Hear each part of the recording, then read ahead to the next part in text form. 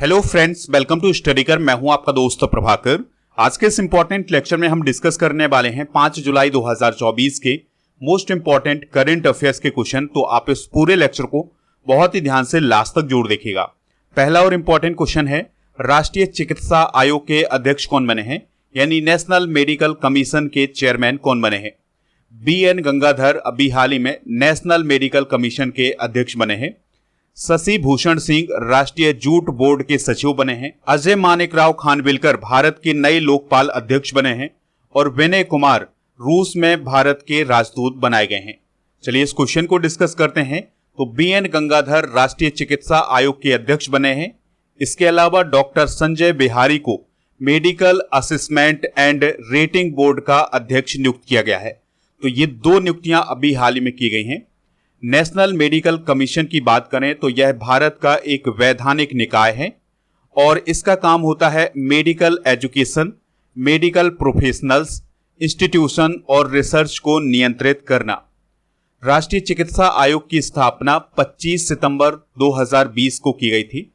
Headquarter इसका नई दिल्ली में है और यह स्वास्थ्य एवं परिवार कल्याण मंत्रालय के अंतर्गत काम करता है। इसमें मेंबर कितने होते हैं? 33 मेंबर होते हैं, जिसमें से एक अध्यक्ष होता है, 10 पदेन सदस्य होते हैं और 22 अंशकालिक सदस्य होते हैं। और आपको एक पॉइंट और याद रखना है कि वर्तमान में स्वास्थ्य एवं परिवार कल्याण मंत्री कौन है? JP नड्डा। कुछ प्रमुख आयोगों के अध्यक्ष डिस्कस कर लेते हैं। राष्ट्रीय महिला आयोग की अध्यक्ष हैं रेखा शर्मा, जो कि 9वीं अध्यक्ष हैं। कर्मचारी चयन आयोग यानी SSC के अध्यक्ष हैं राकेश रंजन। 7वें वेतन आयोग के अध्यक्ष हैं अशोक कुमार माथुर। भारतीय प्रतिस्पर्धा आयोग की अध्यक्ष हैं रवनीत कौर। राष्ट्रीय बाल अधिकार संरक्षण आयोग के अध्यक्ष हैं प्रियांक कानूनगो। राष्ट्रीय अल्पसंख्यक आयोग के अध्यक्ष हैं इकबाल सिंह लालपुरा। केंद्रीय विद्युत विनियामक आयोग के अध्यक्ष हैं जिष्णु बरुआ। WFI एथलीट आयोग के अध्यक्ष हैं नरसिंह यादव। विश्वविद्यालय अनुदान आयोग के अध्यक्ष हैं M जगदीश कुमार। और भारतीय परमाणु ऊर्जा आयोग के अध्यक्ष हैं डॉक्टर अजीत कुमार मोहंती। तो ये कुछ प्रमुख कमीशन हैं और उनके अध्यक्ष हैं। आप इस पूरे लेक्चर को बहुत ही ध्यान से लास्ट तक देखिएगा। लास्ट में आपसे क्वेश्चन पूछा जाएगा जिसका आंसर आपको कमेंट बॉक्स में देना है। अगर आप चैनल पर पहली बार आए हैं तो सब्सक्राइब कर लें, बेल आइकन भी दबा लें, जिससे आपको समय पर सबसे पहले नोटिफिकेशन मिल सकेगा। नेक्स्ट क्वेश्चन है, संघाई सहयोग संगठन यानी SCO का 10वां सदस्य कौन बना है? बेलारूस। तो बेलारूस संघाई सहयोग संगठन यानी SCO का 10वां सदस्य बन गया है। आपको याद रखना है कि SCO में अभी तक 9 सदस्य थे और 10वां मेंबर बना है बेलारूस। पराग्वे की बात करें तो यह अंतरराष्ट्रीय सौर गठबंधन का 100वां सदस्य अभी हाल ही में बना है। स्वीडन नाटो का 32वां सदस्य अभी हाल ही में बना है। और इथियोपिया अभी हाल ही में ब्रिक्स का मेंबर बना है। ब्रिक्स में इस साल 5 नए मेंबर जुड़े हैं। उसमें मिस्र यानी इजिप्ट, इथियोपिया, ईरान, सऊदी अरब और संयुक्त अरब अमीरात यानी UAE हैं। तो ये 5 नए सदस्य ब्रिक्स में शामिल हो गए हैं। तो अभी हाल ही में संघाई सहयोग संगठन के राष्ट्राध्यक्षों की मीटिंग 4 जुलाई 2024 को कजाकिस्तान की राजधानी अस्ताना में आयोजित की गई है। और इसमें भारत की तरफ से S जयशंकर जी शामिल हुए थे, PM मोदी जी शामिल नहीं हुए हैं। यानी भारत का प्रतिनिधित्व किसने किया है? S जयशंकर जी ने। तो यह 24वीं बैठक थी जो कि कजाकिस्तान में आयोजित की गई है। कजाकिस्तान के राष्ट्रपति कासिम जोमार्ट टोकायेव ने इस शिखर सम्मेलन की मेजबानी की है। बेलारूस को SCO के 10वें पूर्ण सदस्य के रूप में इस बैठक के दौरान शामिल किया गया है। इस सम्मेलन में रूस के राष्ट्रपति व्लादिमीर पुतिन, चाइना के राष्ट्रपति शी जिनपिंग, पाकिस्तान के PM शहबाज शरीफ, उज्बेकिस्तान के राष्ट्रपति शौकत मिर्जियोयेव भी शामिल हुए थे और बहुत सारे लीडर इसमें शामिल हुए थे। संघाई सहयोग संगठन का जो अगला सम्मेलन होगा वो चाइना में होगा, यानी 25वीं बैठक चाइना में आयोजित की जाएगी। चाइना के शहर किंग दाओ को अभी हाल ही में 2024-25 के लिए SCO की पर्यटन और सांस्कृतिक राजधानी के रूप में नियुक्त किया गया है। बात करते हैं संघाई सहयोग संगठन यानी SCO की, तो यह एक अंतर सरकारी संगठन है। इसकी स्थापना 2001 में की गई थी और यह सदस्य देशों के बीच क्षेत्रीय सुरक्षा और सहयोग को आगे बढ़ाने पर ध्यान केंद्रित करता है। हेडक्वार्टर इसका चाइना में है और इसके 10 देश कौन कौन हैं? Kazakhstan, China, Russia, Tajikistan, Uzbekistan, Kyrgyzstan, Bharat, Pakistan, Iran और बेलारूस। तो अब इसके 10 मेंबर हो गए हैं। भारत और पाकिस्तान 2017 में एससीओ में शामिल हुए थे। इसके पर्यवेक्षक सदस्य कौन हैं, यानी ऑब्जर्वर्स कौन है? तो वो हैं अफगानिस्तान और मंगोलिया। बात आ रही थी यहां पर बेलारूस की, तो बेलारूस यूरेशिया में स्थित है, यानी इसका कुछ पार्ट यूरोप महाद्वीप में है और कुछ पार्ट एशिया महाद्वीप में है। बेलारूस की कैपिटल क्या है? मिन्स्क। इसके पड़ोसी देशों में रूस, यूक्रेन और पोलैंड, लिथुआनिया और लातविया हैं। दोस्तों, यहां पर आप वर्ल्ड मैप में बेलारूस की लोकेशन देख सकते हैं, यहां पर स्थित है बेलारूस। अगला क्वेश्चन है, हाल ही में संपूर्णता अभियान किसने शुरू किया है? तो नीति आयोग के द्वारा संपूर्णता अभियान शुरू किया गया है। कुछ समय पहले मेघालय की गवर्नमेंट के द्वारा वाटर स्मार्ट किड अभियान शुरू किया गया था। पीएम मोदी ने एक पेड़ मां के नाम अभियान शुरू किया है 5 जून को, और उत्तराखंड की सरकार ने पिरूल लाओ पैसे पाओ अभियान कुछ समय पहले शुरू किया था। तो जो संपूर्णता अभियान है ये नीति आयोग के द्वारा 4 जुलाई से 30 सितंबर 2024 तक चलाया जाएगा। इसका लक्ष्य है 112 आकांक्षी जिलों और 500 आकांक्षी ब्लॉकों में 6 संकेतों यानी 6 लक्ष्यों को प्राप्त करना। नीति आयोग की बात करें तो यह भारत सरकार का थिंक टैंक माना जाता है। इसका फॉर्मेशन 1 जनवरी 2015 को हुआ था। इसके अध्यक्ष हैं प्रधानमंत्री नरेंद्र मोदी, उपाध्यक्ष हैं सुमन बेरी, सीईओ हैं वीवीआर सुब्रमण्यम। और आपको याद रखना है कि नीति आयोग के द्वारा एक सूचकांक जारी किया जाता है जिसे भारत नवाचार सूचकांक बोला जाता है। नीति आयोग से रिलेटेड कुछ इंपॉर्टेंट करंट अफेयर्स डिस्कस कर लेते हैं। तो नीति आयोग के निदेशक आशीष कुमार दास अभी हाल ही में बने थे। उप सचिव अरविंद कुमार बने थे। नीति आयोग ने उद्यमिता को बढ़ावा देने के लिए वोकल फॉर लोकल पहल कुछ समय पहले शुरू की थी। नीति आयोग के अनुसार भारत का गरीबी स्तर 5% से नीचे आ गया है। नीति आयोग की रिपोर्ट के अनुसार 9 वर्षों में 24.8 करोड़ से अधिक भारतीय बहुआयामी गरीबी से बाहर आए हैं। नीति आयोग की निर्यात तैयारी सूचकांक 2022 में तमिलनाडु पहले स्थान पर रहा है। यह सूचकांक 2023 में जारी किया गया था। नेक्स्ट क्वेश्चन है, हथियार प्रणाली स्कूल यानी स्कूल ऑफ वेपन सिस्टम का उद्घाटन कहां किया गया है? तो इसका उद्घाटन हैदराबाद में किया गया है। तो तेलंगाना के हैदराबाद में अभी हाल ही में भारतीय वायुसेना के द्वारा हथियार प्रणाली स्कूल का उद्घाटन किया गया है। अमरावती की बात आई है तो यह महाराष्ट्र राज्य में स्थित है। तो यहां पर एयर इंडिया के द्वारा एक फ्लाइंग स्कूल स्थापित किया जाएगा जिसमें पायलट को प्रशिक्षित किया जाएगा। और मणिपुर की बात करें तो मणिपुर में स्कूल ऑन व्हील्स पहल की शुरुआत की गई है। मध्य प्रदेश में बैगलेस स्कूल पहल की शुरुआत की गई है। तो अभी हाल ही में इंडियन एयरफोर्स के चीफ विवेक राम चौधरी जी के द्वारा हैदराबाद के बेगमपेट वायुसेना स्टेशन में एक नया हथियार प्रणाली स्कूल स्थापित किया गया है। और इस स्कूल का प्रमुख उद्देश्य है भारतीय वायुसेना को भविष्य के लिए यानी फ्यूचर के लिए तैयार करना। तो भारतीय वायुसेना को फ्यूचर में हथियार प्रणाली से संबंधित सुविधाएं मुहैया कराने के लिए ये स्कूल स्थापित किया गया है। दोस्तों, भारतीय वायुसेना की बात करें यानी इंडियन एयरफोर्स की बात करें तो इसकी स्थापना 8 अक्टूबर 1932 को की गई थी। हेडक्वार्टर इसका नई दिल्ली में है। आदर्श वाक्य है नवः स्पर्शम दीप्तम। वायुसेना दिवस 8 अक्टूबर को मनाया जाता है और वायुसेना अध्यक्ष कौन है? एयर चीफ मार्शल विवेक राम चौधरी। कुछ इंपॉर्टेंट करंट अफेयर्स डिस्कस कर लेते हैं। तो इंडियन एयरफोर्स के द्वारा आगरा में अभी हाल ही में पोर्टेबल हॉस्पिटल का सफल परीक्षण किया गया है। भारतीय वायुसेना मुख्यालय नई दिल्ली में महानिदेशक कौन बने हैं? एयर मार्शल मकरंद रानाडे। भारतीय वायुसेना दिवस 8 अक्टूबर को मनाया जाता है। भारतीय वायुसेना दिवस 2023 की फ्लाइट पास्ट का आयोजन प्रयागराज में किया गया था। और अस्त्र वीवीआर मिसाइल भारतीय वायुसेना को जल्द ही मिलने वाली है। और भारतीय वायुसेना ने हेरॉन मार्क 2 ड्रोन को अभी हाल ही में शामिल किया है। तो ये इंपॉर्टेंट करंट अफेयर्स हैं। स्वास्थ्य और परिवार कल्याण मंत्रालय ने किस राज्य में जीका वायरस के मामले के बाद एडवाइजरी जारी की है? आंसर हो जाएगा महाराष्ट्र में। तो महाराष्ट्र में अभी हाल ही में जीका वायरस के कुछ मामले पाए गए हैं। इसके बाद भारत सरकार के स्वास्थ्य एवं परिवार कल्याण मंत्रालय के द्वारा एक एडवाइजरी जारी की गई है राज्यों के लिए। मध्य प्रदेश की बात आई है तो मध्य प्रदेश में अभी हाल ही में एक नया नियम शुरू किया गया है कि जो मंत्री होंगे मध्य प्रदेश सरकार के वो अपना इनकम टैक्स खुद भरेंगे।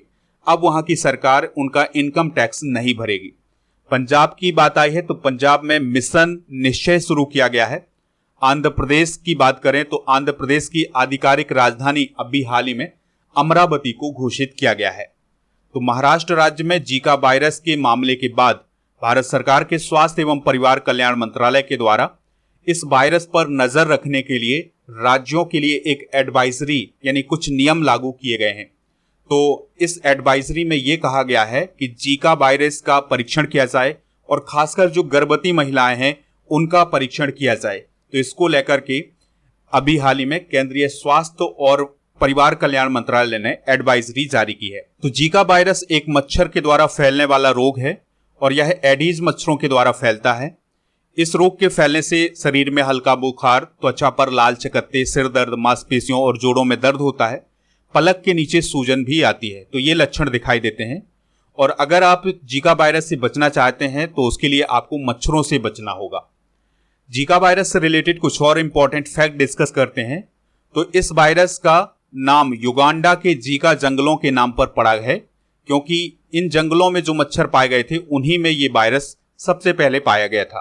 तो 1952 में युगांडा और तंजानिया में यह पहली बार इंसानों में पाया गया था। कौन सा virus? Zika virus.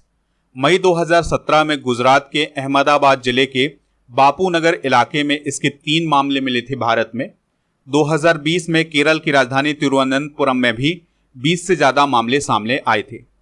Zika virus परीक्षण सुविधा कहां पर स्थित है?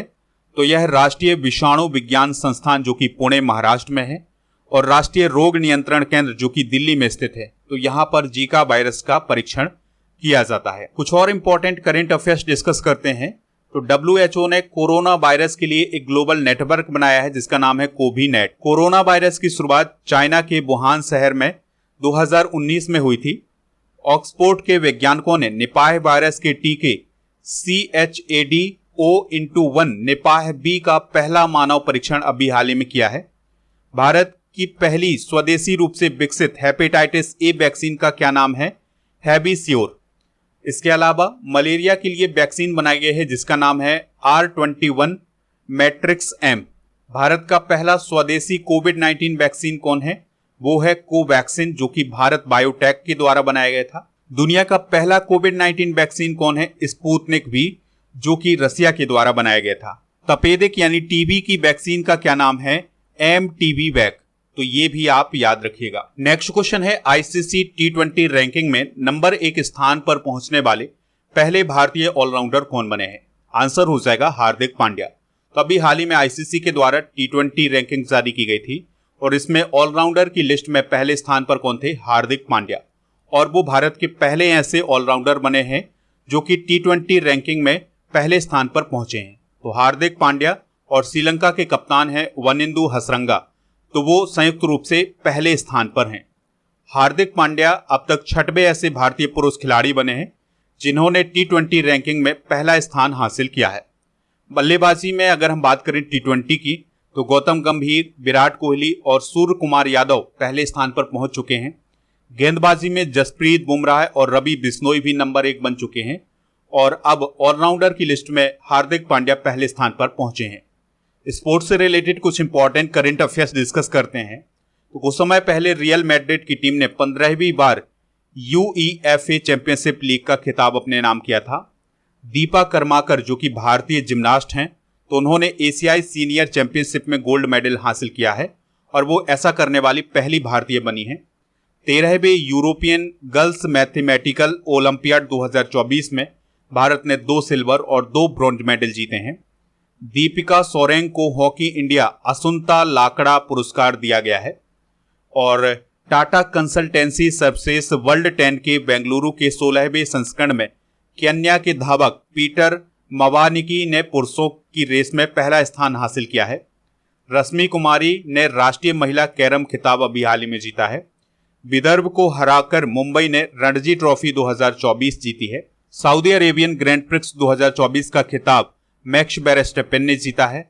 सात्विक और चिराग की जोड़ी ने VWF फ्रेंच ओपन में पुरुष युगल का खिताब जीता है और यह बैडमिंटन से रिलेटेड है, इसको भी आप याद रखिएगा।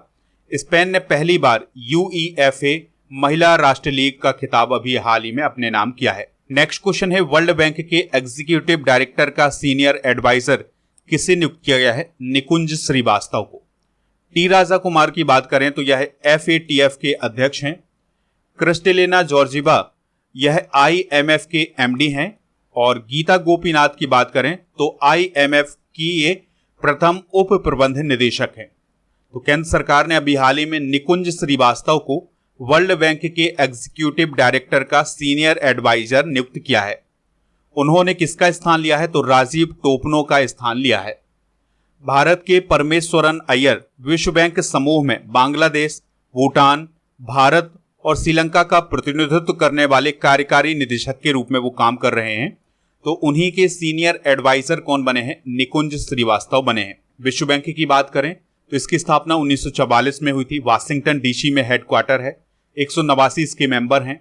संस्थापक हैं जॉन मैनार्ड कीन्स और हैरी डेक्स्टर वाइट और इसके अध्यक्ष वर्तमान में अजय मंगा। प्रबंध निदेशक हैं एक्सल बैन ट्रॉट सैनबर्ग और प्रबंध निदेशक और CFO हैं अंशुला कांत और मुख्य अर्थशास्त्री हैं इंदरमीत गिल। स्मृति विश्वास का निधन हो गया है। वह कौन थी? तो वह एक एक्ट्रेस थी यानी अभिनेत्री थी। तो उनका भी हाल ही में निधन हो गया है। यूपी के पूर्व राज्यपाल की बात करें तो अजीज कुरैशी का भी हाल ही में निधन हुआ है। और प्रसिद्ध इतिहासकार R चंपक लक्ष्मी का अभी हाल ही में निधन हुआ है। और प्रसिद्ध साहित्यकार की बात करें तो उषा किरण खान का अभी हाल ही में निधन हुआ है। तो एक्ट्रेस रही हैं स्मृति विश्वास, तो उनका नासिक में अभी हाल ही में निधन हो गया है और उनका निधन 100 साल की उम्र में हुआ है। 1930 से 1960 के दशक में बॉलीवुड की टॉप एक्ट्रेस थी कौन? स्मृति विश्वास। हाल ही में वो कुछ प्रमुख निधन डिस्कस कर लेते हैं। तो स्वतंत्रता सेनानी और कम्युनिस्ट नेता N शंकरैया का निधन हुआ है। पूर्व मुख्य चुनाव आयुक्त MS गिल का निधन हुआ है। भारत में हरित क्रांति के जनक MS स्वामीनाथन का निधन हुआ है। प्रसिद्ध लेखिका गीता मेहता का निधन हुआ है। प्रसिद्ध रुद्र वीणा प्रतिपादक उस्ताद अली जकी हैदर का निधन हुआ है। राजनीतिक कार्टूनिस्ट अजीत निनन का निधन हुआ है। हिंदुस्तानी गायिका मालिनी राजोरकर का, भारतीय अंग्रेजी कवि जयंत महापात्रा का, भारत के महान फुटबॉलर मोहम्मद हबीब का और प्रसिद्ध मराठी कवि नामदेव धोंडो महानोर का भी अभी हाल ही में निधन हुआ है। के सरस्वती अम्मा पुरस्कार किसे प्रदान किया गया है? तो P गीता को अभी हाल ही में के सरस्वती अम्मा पुरस्कार दिया गया है। ग्रीष्मा कुठार और रीतिका चोपड़ा की बात करें तो इन्हें कौन सा पुरस्कार दिया गया है? चमेली देवी जैन पुरस्कार, जो कि पत्रकारिता के क्षेत्र में दिया जाता है। डॉक्टर प्रदीप महाजन को महाराष्ट्र भूषण पुरस्कार 2024 प्रदान किया गया है। डॉक्टर बीना मोदी को outstanding business woman of the year का अवार्ड दिया गया है। इस क्वेश्चन को डिस्कस करते हैं। तो प्रसिद्ध लेखिका, आलोचक और नारीवादी कार्यकर्ता हैं P गीता, तो इन्हें पहला के सरस्वती अम्मा पुरस्कार प्रदान किया गया है। यह पुरस्कार केरल की एक संस्था जिसका नाम है विंग्स यानी women's integration and growth through sports के द्वारा प्रदान किया गया है। यह पुरस्कार साहित्य और सामाजिक विमर्श में नारीवादी योगदान के लिए प्रदान किया जाता है। दोस्तों, P गीता की एक रचना याद रखनी है जिसका नाम है आन ठचुकल, तो इसको आप याद रखिएगा। कुछ प्रमुख पुरस्कार डिस्कस कर लेते हैं। तो मिस यूनिवर्स 2023 कौन बनी थी? निकारागुआ की सैनिस पलासियोस। 2023 JCB पुरस्कार पेरूमल मुरुगन को दिया गया है। UNSCR नॉनसेंस शरणार्थी पुरस्कार अब्दुल्लाही मायर को। 33वां व्यास पुरस्कार 2023 पुष्पा भारती को। GD बिड़ला पुरस्कार 2023 डॉक्टर अदिति सेन डे को। नाइटहुड सम्मान सुनील भारती मित्तल को और बॉब जॉन्स पुरस्कार टाइगर वुड्स को। खसरा और रूबेला चैंपियन पुरस्कार भारत को और इरास्मस पुरस्कार अमिताभ घोष को प्रदान किया गया है। लास्ट क्वेश्चन इस लेक्चर का, 15वां टॉय बिज इंटरनेशनल V2B एक्सपो 2024 यानी अंतरराष्ट्रीय खिलौना मेला का आयोजन कहां किया जाएगा? नई दिल्ली में। अगरतला की बात आई है तो अगरतला में दिव्य कला मेला 2024 अभी हाल ही में आयोजित किया गया था। फरीदाबाद में सूरज कुंड मेला 2024 आयोजित किया गया है और झारखंड के देवघर में श्रावणी मेला आयोजित किया गया है। तो नई दिल्ली में 6 जुलाई से 15वां टॉय बिज इंटरनेशनल B2B एक्सपो 2024 यानी अंतरराष्ट्रीय खिलौना मेला आयोजित किया जाएगा। इस मेले में 300 से अधिक घरेलू कंपनियां शामिल होंगी और जर्मनी, अमेरिका और अन्य देशों के 100 से अधिक विदेशी खरीदार इसमें शामिल होंगे। और आपको याद रखना है कि 15वां टॉय बिज इंटरनेशनल B2B एक्सपो 2024 दक्षिण एशिया का सबसे बड़ा मेला है। 2024 के कुछ प्रमुख मेले डिस्कस कर लेते हैं। तो बेंगलुरु में राष्ट्रीय बागवानी मेला 2024 आयोजित किया गया है। नागपुर में दिव्य कला मेला आयोजित किया गया है। देखिए, दिव्य कला मेला एक साल में कई जगह आयोजित किया जाता है, तो अभी हाल ही में नागपुर में आयोजित किया गया था। झारखंड के चाईबासा में राष्ट्रीय डेयरी मेला 2024 आयोजित किया गया है। नई दिल्ली में वैश्विक नीम व्यापार मेला 2024 आयोजित किया गया है और नई दिल्ली में अंतर्राष्ट्रीय खाद्य और आतिथ्य मेला, जिसे आहार 2023 बोला गया, ये आयोजित किया गया था और विश्व पुस्तक मेला नई दिल्ली में आयोजित किया गया है। तो ये कुछ प्रमुख मेले नोट कर लीजिएगा। चलिए अब हम कल के करंट अफेयर्स को एक बार रिवाइज कर लेते हैं। तो दोस्तों, कल का पहला क्वेश्चन आपसे पूछा गया था, भारत मंगोलिया संयुक्त सैन्य अभ्यास नोमोडिक एलिफेंट का 16वां संस्करण किस राज्य में आयोजित किया जा रहा है? मेघालय में। अंडर 23 एशियाई कुश्ती चैंपियनशिप 2024 में पहला स्थान किस देश ने हासिल किया है? भारत ने। डिक सूप किस देश के प्राइम मिनिस्टर बने हैं? नीदरलैंड। संघाई सहयोग संगठन शिखर सम्मेलन 2024 किस देश में आयोजित किया जा रहा है? कजाकिस्तान। उपराष्ट्रीय सुरक्षा सलाहकार किसे नियुक्त किया गया है? TB रविचंद्रन को। यूपीएससी उम्मीदवारों की सहायता के लिए कौन सा पोर्टल लॉन्च किया गया है? निर्माण पोर्टल। प्यूमा इंडिया ने किसे अपना ब्रांड एम्बेसडर बनाया है? तो अभी हाल ही में रियान पराग और नीतीश कुमार रेड्डी को प्यूमा इंडिया के द्वारा अपना एम्बेसडर बनाया गया है। अमेरिका में स्थित अंतरिक्ष अन्वेषण एवं अनुसंधान एजेंसी यानी सीरा ने किस देश को मानव अंतरिक्ष उड़ान कार्यक्रम का हिस्सा बनाया है? भारत। झारखंड के नए मुख्यमंत्री कौन बने हैं? हेमंत सोरेन। हाल ही में कौन सा सोशल मीडिया प्लेटफॉर्म बंद हो गया है? कू। आज के जनरल नॉलेज के पिटारे में हम इंपॉर्टेंट लेक्स से डिस्कस करेंगे, जैसे डल झील जम्मू कश्मीर, बुलर झील जम्मू कश्मीर, बैरीनाग जम्मू कश्मीर, नागिन, शेषनाग और अनंतनाग ये सभी जम्मू कश्मीर में है। राजसमंद राजस्थान, पिछोला और सांभर झील ये राजस्थान में है। इसके अलावा जयसमंद झील, फतेह सागर झील, डीडवाना झील ये सभी राजस्थान में स्थित हैं। हुसैन सागर झील आंध्र प्रदेश और कोलेरू झील ये भी आंध्र प्रदेश में है। बेम्बेनाड झील केरल, अष्टमुदी झील केरल, पेरियार झील केरल, लोनार झील महाराष्ट्र राज्य में स्थित है। पुलिकट झील तमिलनाडु और आंध्र प्रदेश, लोकटक झील मणिपुर, चिल्का झील उड़ीसा और सातताल झील उत्तराखंड, नैनीताल, राकसताल, मालाताल, देवताल और नैकुचियाताल झील ये सभी उत्तराखंड में स्थित हैं। इसके अलावा खुरबताल झील ये भी उत्तराखंड राज्य में स्थित हैं। कल के करंट अफेयर्स में आपसे पूछा गया था कि CP राधाकृष्णन किस राज्य के गवर्नर हैं? वो झारखंड राज्य के गवर्नर हैं। इसके अलावा उन्हें तेलंगाना राज्य का अतिरिक्त प्रभार दिया गया है। इसके अलावा पुदुचेरी की उपराज्यपाल का पद भी उन्हें अतिरिक्त प्रभार के रूप में दिया गया है। तो दोस्तों, आज का क्वेश्चन है, नीति आयोग की स्थापना किस वर्ष की गई थी? तो इसका जो भी राइट आंसर हो कमेंट बॉक्स में जरूर बताएं। हमारे टेलीग्राम चैनल को ज्वाइन कर लीजिएगा, इसका लिंक डिस्क्रिप्शन बॉक्स में दिया गया है, वहां पर आपको PDF मिल जाएगा। व्हाट्सएप चैनल को भी ज्वाइन कर लीजिएगा, इसका भी लिंक आपको डिस्क्रिप्शन में मिल जाएगा। दोस्तों, STD करके ऐप को डाउनलोड कर लीजिएगा, इसका भी लिंक आपको डिस्क्रिप्शन में मिल जाएगा। यहाँ पर आपको paid course, ebook, test series, PDF, daily course ये सभी मिल जाएगा। इसके अलावा monthly current affairs, yearly current affairs और 6 मंथ के करंट अफेयर्स की ई-बुक यहाँ पर मिल जाएगी। दोस्तों, जून मंथ के करंट अफेयर्स की ई-बुक लॉन्च कर दी गई है, हिंदी और इंग्लिश दोनों मीडियम में। तो इसको आप प्राप्त कर लीजिएगा ऐप से। ऐप का लिंक डिस्क्रिप्शन बॉक्स में दिया गया है।